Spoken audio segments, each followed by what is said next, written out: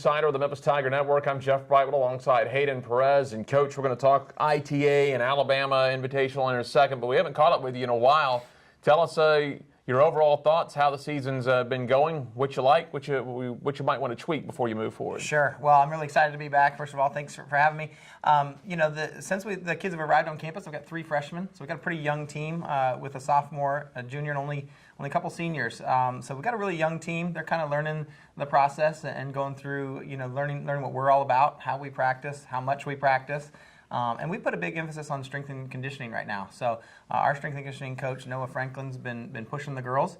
It's something we prepared them for over the summer. And I like to see, you can see the transformation. They're doing great in that department.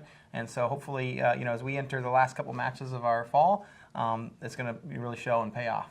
All right, Coach, let's talk about ITA Ohio Valley Regional. It's a high-level tournament there. You had a couple of performers do really well. Hannah Zone, let's talk about her first. She had to win twice in qualifying just to get into the main draw, and then I believe got a win, maybe 2 in that main draw. Right, yeah, and that's something, it's a very selective tournament. It's based on your ranking from last year. And our ranking, based on competing about a third of the season last year with only 5 players and not having a full lineup, we weren't ranked that high, so we only were allowed a certain number of players in the tournament. It's very selective, and the best of the best from the region get there. So for Hannah to go through qualifying was really good. She did it in Hannah style, which is 3 sets. She kind of has a habit of going 3 sets, but she did a great job, of getting through.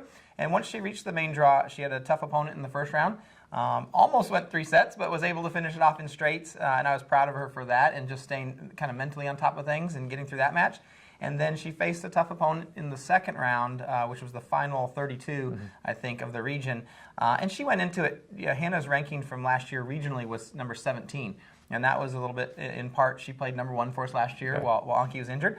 But for her to get through that first round and lost a 3-setter in the second round, I'm happy with that result. But I hope that she continues to work hard and tries to improve on that next year. Well, you mentioned Anki, and she was ranked high enough. She didn't have to go through the qualifier. She's automatically through the main draw. I believe she made it to the round of 16. Sure, yeah. And the question marks with Anki were really answered. I'm going to take a step back, Jeff, from the regional. But our first competition was at Kansas City a little over a month ago, about a month ago.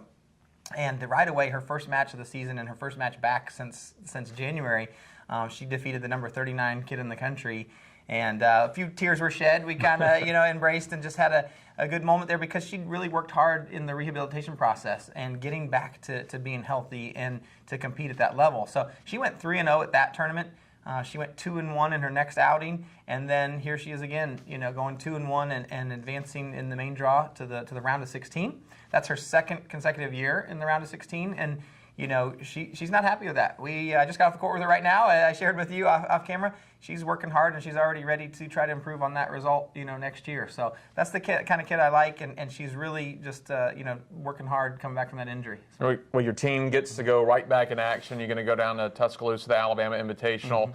Tell us about how that one stacks up and the type of competition. I imagine that's pretry high level. Right. You've got Alabama, the host, who's obviously a tremendous program with a lot of tradition. There's going to be a number of other very tough schools there. It's going to be a flighted tournament where we're going to have 8 flights of singles.